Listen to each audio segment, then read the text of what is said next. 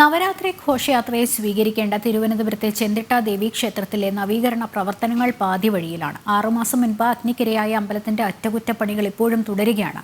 നവരാത്രി ഘോഷയാത്രയെ അട്ടിമറിക്കാനുള്ള ഇടതുപക്ഷ സർക്കാരിന്റെയും ദേവസ്വം ബോർഡിന്റെയും ശ്രമമാണ് ഇതിന് പിന്നിലെന്ന് ഹിന്ദു ഐക്യവേദി ആരോപിച്ചു. എന്നാൽ മരാമത്ത് പണികളിലെ കാലതാമസം മാത്രമാണ് കാരണമെന്നാണ് ദേവസ്വം ബോർഡിന്റെ വിശദീകരണം.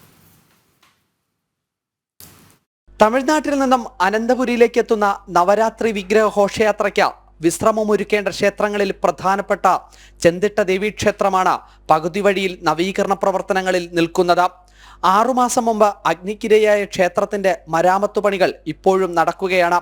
ദേവസ്വം ബോർഡ് ഹൈന്ദവാചാരങ്ങളെയും നവരാത്രി ഘോഷയാത്രയെയും അട്ടിമറിക്കാനുള്ള ശ്രമമാണ് നടത്തുന്നതെന്നും ഇടതുപക്ഷ സർക്കാരിന്റെ നിലപാടാണ് ഇതിനു പിന്നിലെന്നും ഹിന്ദു ഐക്യവേദി സംസ്ഥാന സെക്രട്ടറി സന്ദീപ് തമ്പാനൂർ പറഞ്ഞു. ഇവിടെ നമുക്ക് നോക്കിക്കാണുവാൻ സാധിക്കുന്നത് ഇടതുപക്ഷ സർക്കാരിൻ്റെ ഹൈന്ദവ സമൂഹത്തോടുള്ള കൃത്യമായിട്ടുള്ള നിലപാടാണ്.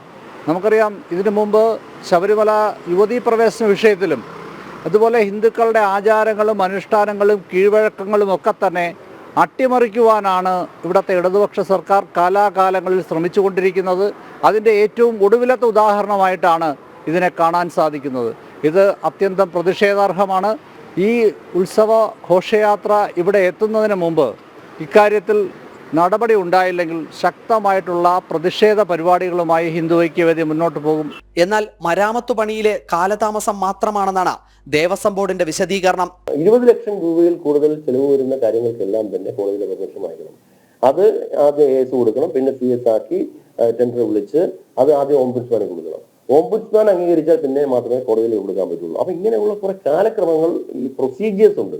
ഈ പ്രൊസീജിയേഴ്സിന്റെ ഭാഗമായിട്ടാണ് ഈ ക്ഷേത്രം മാത്രമല്ല പല ക്ഷേത്രത്തിലും പണികൾ എങ്ങനെ താമസിക്കുന്നത്. അതിവേഗം പണികൾ പൂർത്തീകരിച്ചില്ലെങ്കിൽ പ്രത്യക്ഷ സമരത്തിന് ഒരുങ്ങുമെന്ന് ഹിന്ദു ഐക്യവേദി നേതൃത്വം അറിയിച്ചു. ജനം, തിരുവനന്തപുരം.